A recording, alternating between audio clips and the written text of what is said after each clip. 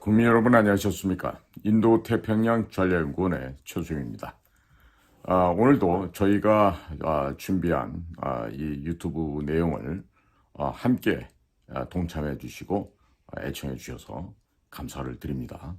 특히 대한민국 곳곳에 거주하고 계시면서 또한 또 해외에 거주하고 계시면서 저희들의 방송에 애정을 보내주시고 이렇게 도와주시는 많은 분들께 다시 한번 이 기회를 빌어서 감사의 뜻을 전해 올립니다. 특히 저희 그 인도 태평양 전략연구원의 마음과 정성을 다해서 성원해 주시고 저희들을 아낌없이 격려해 주시는 많은 우리 자유파 애국 시민 여러분들께 깊은 고마움의 마음을 전해드립니다. 자, 오늘 저희가 전해 올릴 이야기는요, 우리나라에서요 출산율을 1.0을 돌파한 그런 지역이 있습니다. 어딘고 하니 충청남도 당진이 바로 그런 곳에 해당이 됩니다. 자, 여성가족부라고 하는 그 없어져야 할 그런 그 관청이 하나 있죠. 이 여성가족부 지침에 정반대로 했는데 오히려 출산율이 폭증을 했습니다. 자, 그래서 오늘 이 당진시에서 과연 무슨 일이 일어났는가, 그리고 앞으로 우리 대한민국은 어떤 방향으로 가야 될지 그런 점들에 대해서 오늘 말씀을 전해 올리고자 합니다. 자, 오늘 제목은요, 충청남도 당진시의 출산율이 1.03명을 기록했다란, 그래서 여가부의 여성가족부 지침에 정반대로 했더니 출산율이 폭발되었다. 자, 이런 얘기를 좀 전해 올리겠습니다. 자, 오늘 저희가 마련한 이 방송을 주변에 군인 가족들이 있으시면 전파해 주십시오. 그리고 김문수 노동부 장관 혹은 김문수 장관의 측근들에게도 이 내용을 전파해 주시면 더욱 감사하겠습니다. 자, 충청남도 당진시의 인구가 17만 명을 돌파를 했습니다. 그리고 출산율이 전국에서 최대인 1.03명을 돌파했다고 합니다. 자, 대한민국 전체의 평균 출산율이 0.72명인데 이 0.72명을 감안해 본다면 1.03이라고 하는 것은 바로 0.31이 더 많은 상당히 높은 수치라고 할 수 있습니다. 물론 저희가 태어나던 그 시절에 비교하면 여전히 낮은 수치입니다만은 요즘 같은 상황에서는요, 이 1.03 한 명을 넘어섰다는 가히 경이로운 결과다, 이렇게 말씀을 드릴 수가 있습니다. 충청남도 당진시 특징은요, 국내의 대형 제철소들이 밀집해 있습니다. 그러다 보니까 하청업체들까지 대부분 남성들의 일자리가 많고 여성 일자리는 극소수의 격리직 등이 있다고 하는데 아주 그 숫자는 적다고 합니다.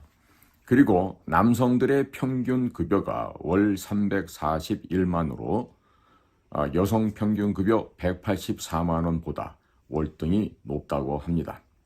당진시에서 여성 일자리를 많이 만들려고 수많은 교수 혹은 전문가들이 조언을 했지만 제철소 위치가 되어 있는 도시의 특성상 여성들의 일자리를 많이 만들 수가 없었다고 합니다. 당진시의 하청업체들은 하청업체라 하더라도 대기업인 원청 제철소에서 돈이 쏟아지니까 수백억 원의 매출을 올리는 것이 기본이 되었다고 합니다. 그래서 하청업체 직원들도 돈을 잘 번다고 합니다. 남성들이 돈을 잘 버니까 당진시의 모든 서비스 업종도 남성을 위한 업종들이 들어서게 되었습니다. 여기 종업원들도 대부분 남성을 채용하지 여성은 별로 채용하지 않는다고 합니다. 남성들이 돈이 많으니까 집 사고 차 사고 결혼하고 결혼하니까 자연스럽게 출산율이 높아진 결과라고 합니다. 당진 씨가 출산율을 높이기 위해서 특별히 한 것은 없는 것으로 보여지는데 이상하게도 출산율이 높아졌다고 합니다.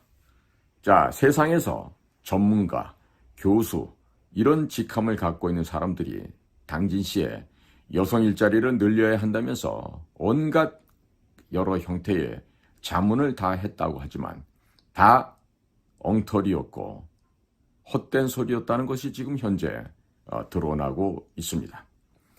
대한민국 풍토상 남자가 여자에게 결혼을 하자고 먼저 말을 해야지 비교적 수월하게 결혼이 성사됩니다. 여자가 남자에게 결혼하자고 먼저 말하지 않는다는 점을 감안해 본다면 남성을 위한 일자리가 많아지면 많아질수록 자연스럽게 결혼율과 출산율이 올라간다는 통계 자료는 대단히 상식적인 이야기가 되겠습니다. 요즘 결혼할 때 한국 여성들이 남자들에게 집과 차량을 요구하고 통장에 저축된 돈이 얼마나 있는지도 물어본다고 합니다.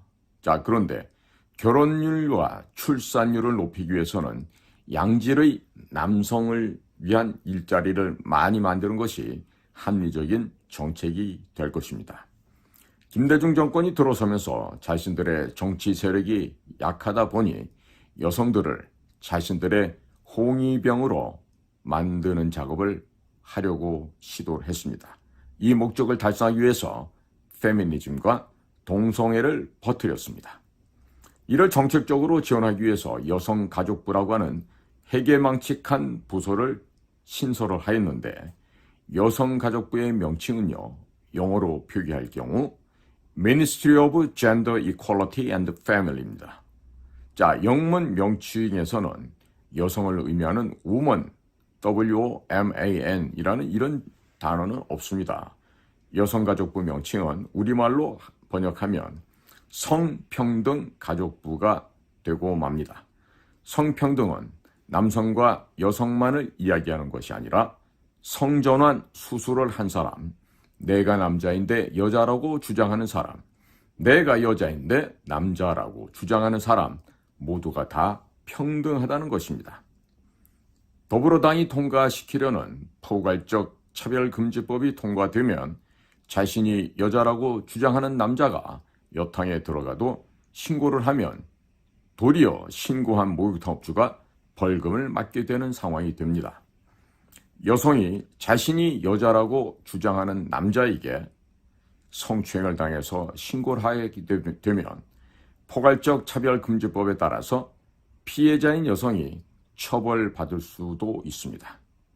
같은 여자끼리 좀 만진 걸 가지고 왜 신고하느냐고 경찰한테 오히려 욕을 먹을 수도 있습니다. 그리고 동성애를 하다가 에이즈에 감염되면 매월 600만 원 상당의 각종 복지 서비스를 제공한다고 합니다. 이런 것을 지원하는 것이 여성가족부입니다. 대한민국 헌법에는 결혼 생활은 양성평등을 한다고 되어 있는데 양성평등은 남자와 여자가 평등하다는 말이 됩니다. 여성가족부의 영문 명칭인 성평등가족부는 대한민국 헌법에서 위배되므로 폐지되어야 하는 것이 마땅하다고 하겠습니다. 김대중, 노무현, 문재인 정권에서 여성을 홍위병으로 사용하기 위해서 페미니즘을 퍼뜨렸습니다만 한국 남자들이 이제는 아예 한국 여성들과 결혼하는 것을 거부하고 처음부터 국제결혼을 생각한다고 합니다. 자, 이 페미니즘, 여성 인권운동의 가장 큰 피해자는 바로 다름 아닌 대한민국의 여성들이 되는 것입니다. 좌파 정권이 들어서서 무조건 여성 할당 30%를 채우라고 하니 범인을 못 잡는 쓸모없는 여경이 넘쳐나고 개인 텐트도 칠 줄 모르는 하등에 쓸모없는 여군 간부들이 넘쳐나서 경찰과 군대가 엉망이 되어버렸습니다. 여성이 잘하는 분야가 있습니다. 또한 여성이 잘 못하는 분야가 있습니다. 그렇기 때문에 직업 특성상 남성과 여성을 적절하게 합리적으로 배치하면 되는 것을 반드시 여성을 꼭 30% 채우라는 할당제를 시행하면서부터 능력도 되지 않는 여성들이 조직 전체를 망가뜨리는 일들이 비일비재하게 되었습니다. 그 결과 각종 기업이나 조직에서는 아예 대한민국 여성을 뽑지 않으려고 기피하는 현상이 생겨났습니다. 어느 회사에서는 이화여대, 숙명여대 할 것 없이 여자대학 출신들의 이력서는 보지도 않고 쓰레기통에 버린다고 합니다. 결국 여성 위주의 정책들이 대한민국의 여성을 사회 각 단체에서 기피하는 현상을 만들어 버렸습니다. 요즘에는 회사에서 여성이 정수기 물통을 교체하게 되면 남자 직원들이 절대로 안 도와준다고 합니다. 그리고 여성들이 길에서 갑자기 쓰러져서 죽어가도 남성들이 모른 척하고 지나가고 성추행 혹은 성폭행을 당해도 모른 척하고 그냥 지나간다고 합니다. 여성들을 도와주었다가 오히려 성추행범으로 몰려서 억울하게 벌금 및 합의금을 물어주거나 옥살이를 한 사례가 쏟아졌기 때문이죠. 대한민국 남자들이 아예 대한민국 여성을 버려버리는 상황이 되어버렸습니다.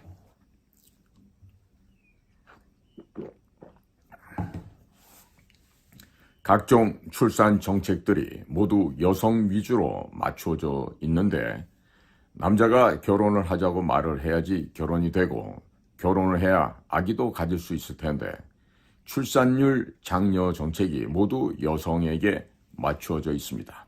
그렇기 때문에 지난 20, 30년 동안 200조, 300조 원을 쏟아부어도 출산율이 점점 더 떨어지는 결과를 낳게 되었던 것입니다. 지나간 세월 30여 년간 300조 원을 쏟아부었음에도 불구하고 출산율이 점점 더 떨어지면 출산율 향상 정책이 잘못되었다는 것을 인식하고 방법을 바꿔야 했습니다. 자, 그런데 대통령, 국무총리, 장차관, 국정원장, 국회의원, 교수들 중에 생각이 깨어있는 사람이 단 한 사람도 없었다는 말이 됩니다. 바보 멍청이들이 정치를 하고 있었고 대학 교수를 하면서 엉터리 정책, 엉터리 자문을 해서 국민들의 혈세를 탕진하면서 그 사이에서 자신들의 주머니만 챙기고 있었던 것입니다. 소위 머리에 먹물 들어간 자들이 이따위 짓을 해왔던 것입니다. 2023년 윤석열 정권은 비정부 기구에 대한 시민단체에 대한 국고지원금으로 102조 3천억 원을 사용하였습니다. 반면 2023년 국방비는 57조 원이었습니다. 자, 그리고 담당 공무원도 예산의 정확한 목적을 잘 모르는 예산이 또 있습니다. 바로 성인지 예산이라는 것인데 여기에도 24조 원이나 썼습니다. 자, 그러면 이 시민단체 비정부기구에 들어가는 돈과 성인지 예산 합치면 126조 3천억 원입니다. 도대체 이게 얼마나 되는 돈인지 365일로 나눠보시면 하루에 3,620억 원을 허공에다가 뿌린다는 얘기가 됩니다. 성인지 예산안에는 아파트 건설 예산, 버스 정류장 건설 예산, 학교에서 동성애가 좋다고 가르치는 예산 등 온갖 예산이 섞어찌개로 짬뽕으로 섞여 있습니다. 비정부 기구가 정부 지원금을 받았으면 정부를 제대로 비판하거나 감시할 수가 없게 됩니다. 따라서 비정부 기구 이런 종류는 반드시 정부 지원금을 받아서는 안 될 것입니다. 허공에 126조 3천억 원을 뿌리고 있는데 이 예산 중에 절반인 60조 원 정도를 떼어내서 국방비로 돌리고 국방비를 120조 원으로 만들게 되면 국가안보 일자리, 내수경제 활성화, 방산수출 증가, 세수 확충, 결혼율 및 출산율 증가 등 여러 마리의 토끼를 동시에 잡을 수가 있습니다. 병사들에게 24개월 근무 기준으로 월 200만 원씩 준다고 가정하면 제대할 때 4,800만 원을 갖고 제대할 수 있습니다. 그러면 그 돈으로 학업, 유학, 창업, 결혼 등 다양한 일을 할 수 있게 됩니다. 그리고 하사관 및 소위 등 직업군인들 중 말단 보직부터 급여를 30% 인상하고 각종 전투수당 정상화, 주거 환경, 자녀 교육 환경, 본인이 원하면 대학, 대학원, 유학과 같은 교육 기회 부여 등 각종 복지 사항을 개선해 주는 등 군대를 양질의 직업군으로 만들게 된다면 우수한 청년들이 군대에 가서 장기 복무하게 될 것입니다. 직업 군인들의 고액의 연봉을 받고 생활이 안정되게 되면 전방 지역의 경제가 활성화되는 것은 물론이고 한창 힘 좋을 때 결혼해서 많은 자녀들을 가지게 될 것입니다.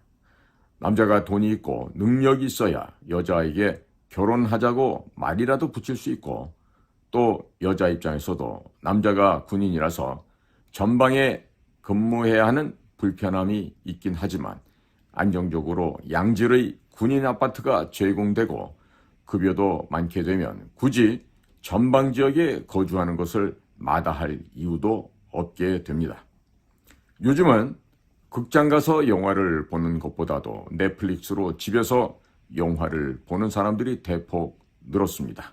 쇼핑도 쿠팡 등 온라인으로 주문을 다 하게 되니 전방 지역이라고 해서 문화 생활에 불편함은 별로 없습니다. 오히려 양질의 군인 아파트가 제공되면 급여가 절감되고 군인연금도 잘 나오게 되니 군인들에게 시집을 많이 가게 될 것입니다. 군 장교들은 지속적으로 이사를 다녀야만 하는 불편이 있겠습니다만 부사관들을 한 지역에 오래 머물러 있게 되니 이사 다니는 불편도 별로 없게 될 것입니다. 군인 자녀들의 교육도 정부에서 신경을 써서 양질의 교육을 제공한다면 군인이라는 직업이 양질의 직업이 될 것이고 결혼율과 출산율이 동시에 높아지게 될 것입니다. 최근에는 최첨단 무기 체계가 많이 들어오고 있기 때문에 고급 인력이 군대에 오래 머물러 있어야 작전이 가능하게 됩니다. 사람이 자주 바뀌게 되고 교체되면 작전 자체가 불가능하게 됩니다. 현재 전방에는 병력 부족으로 전자, 자주포 등 중장비의 시동을 못 거는 일이 비일비재하게 발생을 하고 있고 장비의 유지 보수 관리가 안 되고 있어서 전방에서 사용하는 무전기의 대부분이 작동 불량이라고 합니다. 대단히 염려스러운 상태가 되고 말았습니다. 이와 같은 현상은 해군, 공군, 해병대도 모두 동일하게 나타나고 있는 현상입니다. 충남 당진시의 예를 살펴보면 양질의 남성 일자리를 많이 만들게 되니 출산율이 쑥쑥 늘어났습니다. 그러면 국방비를 120조 원까지 늘려서 군인들의 급여, 수당, 군인 아파트, 자녀 교육 등 각종 복지 혜택을 대폭 늘려주게 되면 무너지는 국가안보도 바로 잡을 수가 있을 뿐만 아니라 일자리 창출, 결혼율 및 출산율 향상 등 여러 마리 토끼를 동시에 잡을 수가 있습니다. 대한민국의 대통령, 국무총리, 장차관, 국회의원, 교수들 중에는 군대를 안 다녀온 머저리들이 많습니다. 그래서 그런지 군대를 양질의 일자리로 만들겠다는 생각을 전혀 못하고 있습니다.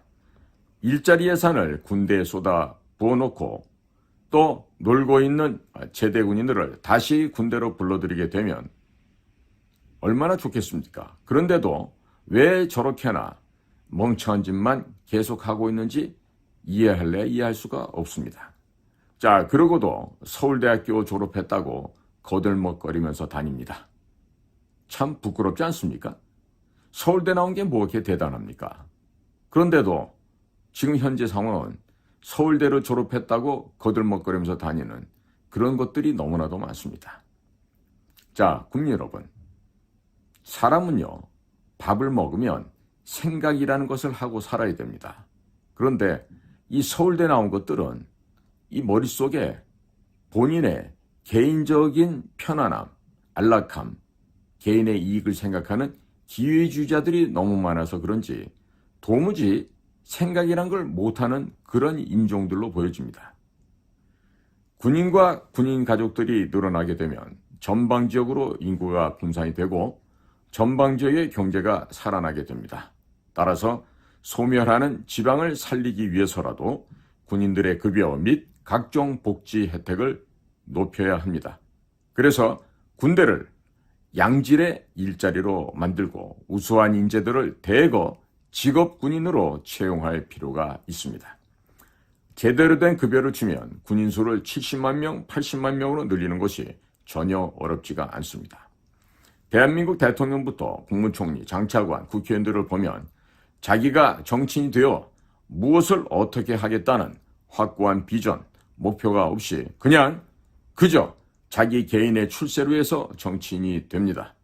자, 그러다 보니 생각이라는 것이 없는 것이고 제대로 된 정책이 나올 수가 없는 것이죠. 즉, 보국애민이라고 하는 국가를 보호하고 국민을 사랑하고 돌보는 기본적인 이 이념조차 정립이 안 돼 있는 것들이 무슨 고시를 붙었다, 무슨 어느 대학을 나왔다 이래가면서 정치인들이 되고 하다 보니 이 나라가 요즘에 이와 같이 참으로 목불이 인견에 눈 뜨고 참아 볼 수 없는 그런 상황이 되어버리고 말았습니다. 자, 이제라도 늦지 않습니다. 대한민국의 대통령, 국무총리, 장차관, 국회의원들 이런 자들은 이제 노예근성, 거지근성을 버려야만 하겠습니다. 자, 이렇게 노예근성을 버리고 거지근성을 버리는 환골탈태를 스스로가 하지 못하면 이 나라는 절망 속에서 결국 내파되고 붕괴되어 갈 수 있습니다. 중국의 경제적 몰락과 체제 붕괴를 바라보면서 강 건너 불 보듯이 할 일이 아닙니다. 과연 나는, 우리나라는, 내 조국 대한민국은 어떠한 상황에 처해 있는지 냉정하게 바라봐야 되지 않겠습니까? 그리고 예비역 장성들도 군대가 커지면 일자리가 늘어나고 또 국방비를 올리라고 여론전을 펼쳐야 하는데 가만히 있습니다. 그저 개별적으로 받아먹는 연금에 의존해서 살아가고 있는 것이죠. 자, 그러니까 예비역 장성들을 우리 사회에서 뭐라고 부릅니까? 똥별이라고 합니다. 있으나 마나한 인간들. 나라에 세금이나 축내는 것들. 자, 이런 창피스러운 얘기를 계속해서 들어야 하겠습니까? 국방비가 120조 원까지 늘어나게 되면 한국군이 보유하고 있는 모든 노후 무기 체계에 대한 성능 개량 사업이 가능하게 됩니다. 또 보유하는 것에 의미가 없는 무기들은 과감하게 버릴 수가 있습니다. 폐기 처분이 가능하다는 얘기죠. 이렇게 되면 대한민국 방위산업이 폭발적으로 성장하게 될 것입니다. 국내 방위산업업체들은 한국군에 납품한 실적이 생기고 또 각 한 대당 단가가 떨어진 국산 무기 체계들은 해외에서도 수출이 잘 될 것입니다. 무기 체계는 한번 수출하면 대략 50년 동안 부품 수출, 교육, 애프터 서비스, 성능 개량 등을 해줘야 합니다. 때문에 최소 5배에서 많게는 10배에 달하는 추가 매출이 자동적으로 발생하게 됩니다. 현재 방위산업시장 수출 수주 잔고가 100조 원을 돌파했습니다. 수년 내에 방산 수출 수주 잔고가 1000조 원에 도달하게 될 것으로 전망이 됩니다. 그렇게 되면 향후 50년 동안 약 5000조 원에서 많게는 1경 원의 추가 매출이 생겨나게 될 것입니다. 방위산업은 말 그대로 황금알을 낳는 거위가 아닐 수 없습니다. 그런데 방산업체들이 대부분 부산, 경남, 울산 등 부울경 지방에 있습니다. 때문에 지방 경제가 활성화되고 이에 따라 많은 인구가 지방으로 분산이 되면 수도권 과밀화 현상이 대폭 완화될 것입니다. 방산 수출이 늘어나면 자연스럽게 한국산 원자력 발전, 고속철도, 건설, 공산품, 문화상품의 수출이 동반적으로 성장하고 증가하게 됩니다. 원활한 군사작전을 위해서는 한국군도 최소 수십 개의 군사용 인공위성을 보유해야만 합니다. 이 인공위성들과 실시간으로 각종 무기체계들을 연동시키고자 하면 천문학적인 연구 개발 예산이 투자되어야 합니다. 때문에 국내 과학기술계 또한 많은 양질의 일자리가 새롭게 생겨나게 됩니다. 국내의 과학기술계에 천문학적인 연구개발 예산을 투자한다고 하더라도 그것이 바로 수출로 이어지지는 않습니다. 그러나 국방비를 대대적으로 인상하여 국내에서 개발된 각종 첨단 기술이 무기체계로 녹아들게 만들고 우리 군이 이를 대규모로 구매해 주면서 실적을 만들면 됩니다. 이렇게 해서 만들어진 실적은 해외로 수출이 가능하게 됩니다. 그렇기 때문에 천문학적으로 투자된 연구 예산을 단기간 내에 방산 수출에 따른 세금으로 회수할 수 있게 될 것입니다. 병력 부족으로 군대가 무너지고 있다고 말하면서도 국방비 증액에 대한 제대로 된 논리를 만들지 못하고 있는 국방부 역시 한심하죠. 하지만 아무런 생각 없이 침묵하고 있는 성우회, 이 뭡니까? 똥별들 모임이 바로 성우회 아닙니까? 또 대수장, 대한민국 수호 예비역 장성단 모임, 이와 같은 똥별 단체들 역시 대오각성해야 할 것입니다. 비정부 기구에 대한 102조 3천억 원과 성인지 예산 24조 원 등 총 126조 3천억 원 중 절반인 60조 원을 국방비로 전환하여 국방비를 120조 원으로 만들게 되면 국가안보 향상, 과학기술 발전, 일자리 창출, 지방경제 활성화, 방위산업 수출 증대, 세수 확충, 결혼율, 출산율 증가, 중국과 군비 경쟁에서 중국의 해체 유도 등 여러 가지 복합적이고도 긍정적인 효과가 발생하게 됩니다. 그리고 남는 세금 절반인 60조 원은 술값, 담배값, 기름값, 가스값에 포함되어 있는 부가가치세를 제외한 이중과세를 폐지하고 종부세, 상속세, 양도세, 증여세를 폐지하고 법인세를 20%까지 인하하는 데 사용하면 될 것입니다. 많은 세금을 걷어서 좌파 단체에게 126조 3천억 원이나 퍼주면서 출산율과 일자리를 못 늘린다면 대통령, 국무총리, 국정원장, 장차관, 국회의원 등 이런 직업을 갖고 밥을 빌어먹고 있는 자들은 전부 옷을 벗어버리고 집에 가야 할 것입니다. 여러분들이 스스로 가지 않으면 국민들께서 여러분들을 집으로 보내드릴 겁니다. 자, 건방 떨지 마시기 바랍니다. 그리고 제발 좀 부탁하는데 교만하지 말기 바랍니다. 이 본인들이 하등에 쓸모없는 버러지보다 못한 존재라는 이 점을 반드시 인식들 하고 여러분들 스스로가 부끄러운 생각을 가져야 할 것입니다. 그러지 않으면 죽어도 사람이 될 수가 없습니다. 자, 국민 여러분, 오늘도 저희 방송과 함께 여러분들의 귀한 시간을 함께 나눠주셔서 감사를 드립니다. 저는 인도태평양 전략연구원 최수영입니다. 감사합니다.